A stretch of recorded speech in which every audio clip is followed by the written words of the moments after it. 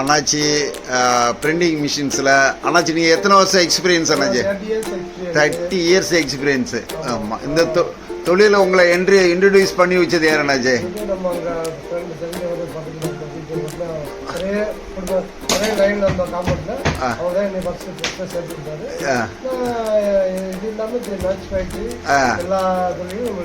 ஆர்வமாக கற்றுக்கிட்டீங்க ஏதோ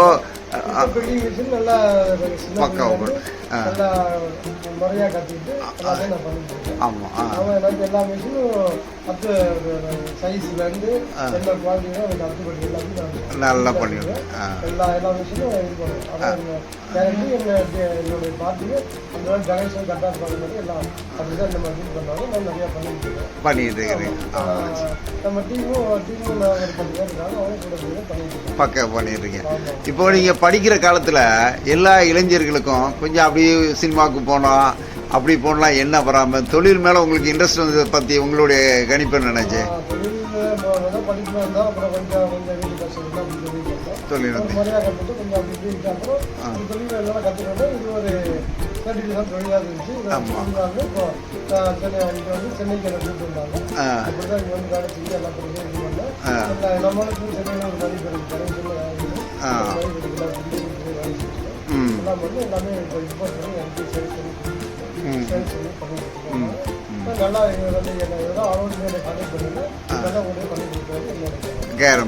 இதில் என்னன்னாச்சு, ஒவ்வொருத்தங்களுடைய சக்ஸஸுக்கு பின்னாடி முதல்ல கெட்ட பழக்கத்துக்கு அடிமை ஆகிறது பெரிய சக்ஸஸ். இப்போது அந்த பணம் வர்ற நேரத்தில் தான் நம்மகிட்ட எல்லாம் தேடி வரும், எல்லா ஆட்டம் பாட்டம் எல்லாம் வரும். ஆனால் அந்த நேரத்தில் நம்ம குடும்பத்தை நினச்சி அந்த ஆட்டம் பாட்டத்துக்கு யார் வெளியில் வராங்களோ அவங்க எல்லாருமே கோடீஸ்வரங்க தான் மனதளவில். அந்த விஷயத்தில் அண்ணாச்சி உங்களை நீங்கள் கட்டுப்பாடாக வச்சுக்கிட்டீங்க, கட்டுப்பாடாக எடுத்துக்கிட்டீங்க. படித்தது கம்மி இருந்தாலும் பெரிய இன்ஜினியருக்கு உண்டான ஒர்க்கு அத்தனையும் பண்ணுறீங்க. அதனால சமுதாயத்தில் உங்களை நம்பி வேலை கொடுக்குறாங்க. ஆமாம். இப்போ நீங்கள் அந்த படிக்கலைங்கிற ஃபீலே இல்லை. ஆனாலும் உங்கள் பிள்ளைங்களை படிக்க வச்சுட்டீங்க, நல்ல பெரிய ஸ்கூலில் படிக்க வச்சுட்டீங்க. ஏன்னா படிப்போட அருமை உங்களுக்கு தெரிஞ்சிடுச்சு, படிக்க வச்சிருக்கு. ஆமாம். நம்மளை மாதிரி படிப்பு இல்லாமல் போராடிடக்கூடாதுங்கிறதுக்காக பிள்ளைங்களை நல்லா படிக்க வச்சுருக்கீங்க. இப்போது நீங்கள் இந்தியாவில் எந்தெந்த கண்ட்ரியில் போய் அதிகமாக பண்ணியிருக்கீங்க அண்ணாச்சி? ஹைதராபாத், விஜயவாடா, பெங்களூரு, திருப்பூர். Okay okay. அப்புறம் நார்த்தில் இருந்து பக்கம் போயிருங்க. அவ்வளோதான். இந்த சவுத் இந்தியாவில் நார்த்தில் சேல்ஸ் அதிகமாக கொடுத்துருக்கீங்க மிஷினரி. மிஷின்ஸ் சேல்ஸ் நல்லா பண்ணி கொடுத்துருங்க. கடவுள் கிருபையில் எப்பவுமே பிஸியாக இருக்கிறீங்க.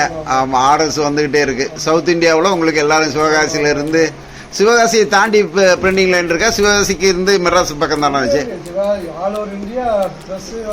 சிவகாசி தான். நாடே இல்லை.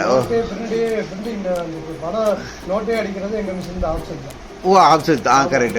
இது இல்லாம எங்கேயுமே நடக்காது. ஓ இப்போ நடைமுறை மாறிக்கிட்டு டிஜிட்டல் அந்த மாதிரி வந்துட்டு இருக்கு. அதாவது என்னைக்கு ஆப்செட்டுங்கிறதுக்கு ஒரு மரியாதை.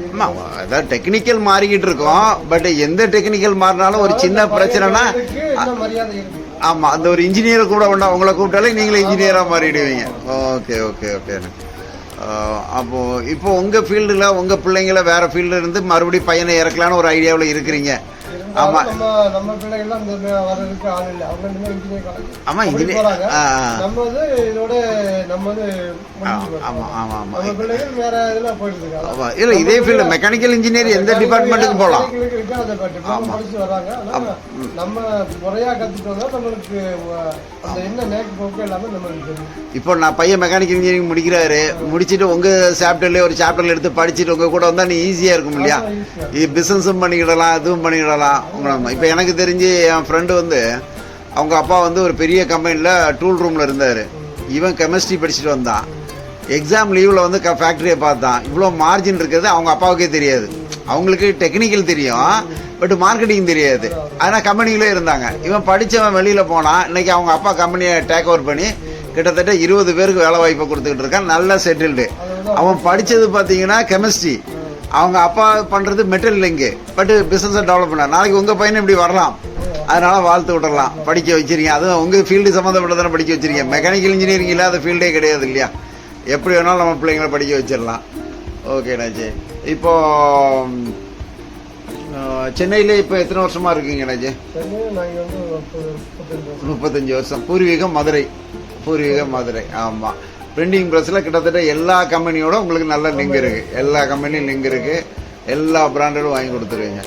உங்க சர்வீஸ்ல வந்து மறக்க முடியாத கசப்பான அனுபவங்களை ஒன்று சொல்லுங்க, ஸ்வீட்டான அனுபவங்களை ஒன்று சொல்லுங்க அண்ணாச்சி. இப்போ இந்த உங்களுக்கு நம்ம மெக்கானிக் தொழில இருக்குது. நம்ம நல்லா தான் எடுத்துட்டு ஒரு எக்ஸ்பீரியன்ஸ், ஒரு அனுபவம். ஆமா, கரெக்ட், கரெக்டான பாயிண்ட் சொன்னீங்க. ஆமா ஆமா ஆமா ஆமா ஆமா ஆமா கடந்து எல்லாத்தையும் அனுசரணையா போய் எல்லா பாட்டுக்கும் ஆமா ஆமா. நம்ம சர்வீஸை பண்ணாலும் நம்ம காசை குறைக்கணுங்கிறக்கா ஏதாவது இடகுடம் பேசினாலும் அதுல கோவப்படாம நின்று, ஓ இந்த பாட்டி அடுத்த முறை வரட்டும், அவரு திறமையா இப்ப காமிக்கிற, நம்ம திறமையா அப்புறம் காமிக்கன்னு பொறுமையா வந்துருங்க, சண்டை போட மாட்டீங்க. அது ஒரு பேடு. நல்ல ஸ்வீட்டான ஒரு அனுபவத்தை சொல்லுங்க ராஜி. கஷ்டப்பட்டு வந்ததுல நன்றி சொல்றீங்க. இப்போ வந்து எனக்கே என்னுடைய அனுபவத்துல ஒரு தொழில் தெரியாம திணறிக்கிட்டு இருப்பேன். அந்த தொழில திடீர்னு நீங்க ஏதோ ஒரு ஐடியா பண்ணி சக்சஸ் பண்ண உங்க மனசு இருக்கு பாத்தீங்களா, அது 1000 குற்றாலத்துல குளிச்சாலும் அந்த சந்தோஷம் கிடைக்காது. அந்த மாதிரி சந்தோஷங்கள் இந்த மாதிரி பிரச்சனையான ஒரு மிஷின் இருந்து, இப்ப அக்கௌண்டன்ட் சொல்லுவாங்க, சிக்கலான இடியாப்ப அக்கௌண்ட நான் தேடி பிடிச்சி கண்டுபிடிச்சி கிளியரன்ஸ் பண்ணிட்டேன், அப்ப என் மனசு ரொம்ப சந்தோஷமா இருக்கும், அதான் எனக்கு பெரிய பார்ட்டின்லாம் சொல்லுவாங்க. அந்த மாதிரி உங்க மிஷின்ல எந்த சம்பவங்கள்லாம் நடந்திருக்கு? இந்த மாதிரி பண்ணும்போது சில இது சக்சஸ் ஆன ஒரு ப்ராப்ளம் இருந்துச்சு. அதனால யோசிச்சு மெக்கானிக் கிடைக்கல இருந்தாலும் சர்டிஃபிகேட் ஆகல.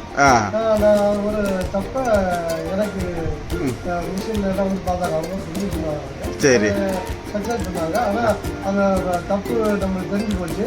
ஆனா அவங்க மெக்கானிக் வந்து தப்பை கண்டுபிடிக்க முடியல. சரி. ஆனா நான் சிவாஜியில வேலை செஞ்சேன். எங்க கேட்டு சொன்னாங்க மேனேஜர், சார் நீங்க சிவாஜி நீங்க தப்பு உங்களுக்கு தெரியாங்க, எனக்கு தெரியுதா, தெரிஞ்சாலும் போட்டு வாங்கிட்டாங்க, நீங்க எங்களோட பெரிய மெக்கானிக், நீங்க தான் சக்சஸ், எனக்கு தெரியும். நான் தப்பா சொன்னேன்னா அப்ப உங்களுக்கு இதாகும், என்ன பண்ணி கொடுங்க, நான் இது இந்த அளவுக்கு இது பண்ணி கொடுங்க, அதுக்கு நான் சேலஞ்ச் நினைக்கிறேன். அதான் அது பண்ண முடியல. என்ன தப்புன்னு சொல்லி அந்த நான் நல்ல மனசு உள்ளதான், நான் பெரிய ஆளுங்களுக்கெல்லாம் கண்டிக்கிறேன். கண்டிப்பா கண்டிப்பா. அவங்க மெக்கானிக்கு எலக்ட்ரிஷியன் கூப்பிட்டு ஆம்புலன்ஸ் சொல்லி இன்னைக்கும் தெரியும். அவரை கூப்பிட்டு வச்சு தப்பு ஏதாவது பிக் பண்ண மிஷின்ல லே வச்சதே சரியில்லை, சரி இந்த லே வந்து இந்த இடத்துல வைக்கணும், ஓகே சொல்லி மெஷர்மெண்ட் கொடுத்து அடுத்த மிஷின்ல நான் சொல்ல கேட்டு 6லே வச்சுட்டாங்க. ஓகே இருந்தது 6 வச்சுட்டாங்க. அவங்க மேல தப்பு வரக்கூடாது அப்படிங்கறதுனால பக்கத்துல இன்னொருலே வச்சுட்டாங்க. அவங்க எவ்வளவு புத்திசாலி, அது இப்ப உங்களுக்கு யாருங்கிறது அவங்க தெரிஞ்சு போச்சு. ஆனா உங்களுக்கு பெரிய சந்தோஷம்.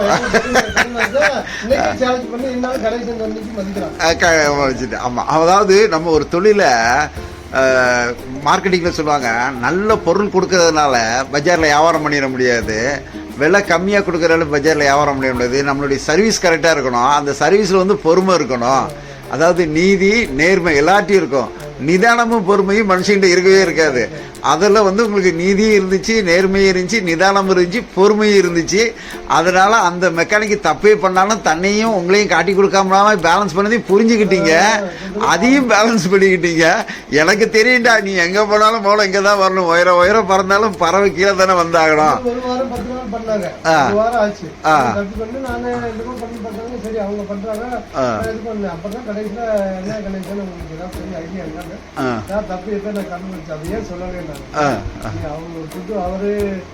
நீங்க கணேசன் என்ன பண்றாங்க கூட இருந்தா சொல்லிப்பா. இல்ல ரெண்டாவது அவங்க நான் சரியாகும் பாக்குறேன், நீங்க அட்ஜஸ்ட் பண்றீங்க, டயக்ராம் வைக்கிறீங்க, அது பண்றீங்க, இது பண்றீங்க, தப்பு எங்க எனக்கு தெரிஞ்சு போச்சு. அட்ஜஸ்ட் பண்ணி ஒண்ணும் ஆக போறது. ஆமா, நீங்க சொன்னபடி நானும் வச்சு பார்த்தேன், உங்களுக்கு தெரியுமே பிரிண்டிங் சரியா வரல. ஓகே ஓகே, ரிவர்ஸ் பேப்பர் அதான் தெரிஞ்சுன்னா அது சொன்ன பிறகுதான் ஓகேன்னு சொல்லி புரிஞ்சுட்டு அடுத்த மிஷின் அந்த மிஷினுக்கும் நான் தான் போய் பிரிண்டிங் போட போறேன். Okay okay okay. அப்ப பார்த்து அப்பதான் நான் பார்த்து ஆள் வச்சேங்க. அப்ப ஓகே அங்கேயும் நான் பெண்ணி போட்டு சக்சஸ் பண்ணேன். கம்பெனிக்கு எனக்கு ஒரு பேர் இருக்குது. அதுல நீங்க வாங்கின பேர் வந்து அந்த இடத்துல பொறுமையா இருந்து அவங்கள நோஸ் கட் பண்ணாம பேலன்ஸ் பண்ணி அவங்க திணறும் போது பெரிய ஆள் இருக்கு அவருக்கு அவங்க தயாரிக்கிறாங்க சொன்னா நம்ம தான் பெரிய ஆள் காட்டிக்கிடல. ஆமா, அந்த பொறுமை தான் பெரிய மெக்கானிக்ஷத்துக்கு. அவரு நல்ல மனுஷன் தப்பு வந்து எல்லாம் சொல்லி ஓகே கிடைச்சு ரொம்ப தாய்ப்புன்னு சொல்லிட்டு அதுதான் வேணும். பெரிய சக்சஸ் பண்ணிருக்கேன். அதுல உங்களுக்கு பெரிய மன மகிழ்ச்சி. அந்த இடத்துல பொறுமையா இருந்தீங்க. யார்ட்டையும் காட்டிக்கிட வேண்டியது இல்லை.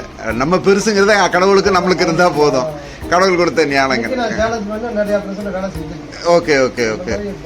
ஆமாம், அதனால் இந்த பார்த்துட்டு இருக்கவங்க அண்ணாச்சியை பற்றி தெரிஞ்சிருக்கோம். தெரியாமல் இருந்தாலும் அண்ணாச்சியுடைய ஃபோன் நம்பர் விசிட்டிங் கார்டு கொடுக்குறோம். கான்டாக்ட் பண்ணுங்கள். அண்ணாச்சி பக்காவாக பண்ணி கொடுத்துட்ருக்காங்க. எங்கள் சேனலையும் சப்ஸ்கிரைப் பண்ணுங்கள். ஓகே, நன்றி.